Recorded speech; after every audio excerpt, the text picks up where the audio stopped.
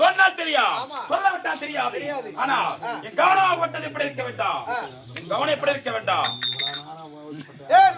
அப்படி பெரிதி பெரிதி இந்த பூனமோ பெரிதி, இந்த பூனமோ நான்முக படப்பி, இந்த நான்முகமோ கரியம்மா உதயத்தில் பிறந்தவர், இந்த உதிரமோ என் கலசத்திலே பிறந்தது, கலசமோ பார்வதிக்கு திருவன் போதும், இந்த பார்வதியோ பரமனுக்கு அடக்கம், இந்த பரமனோ இந்த பக்தர்கள் அடக்கம்.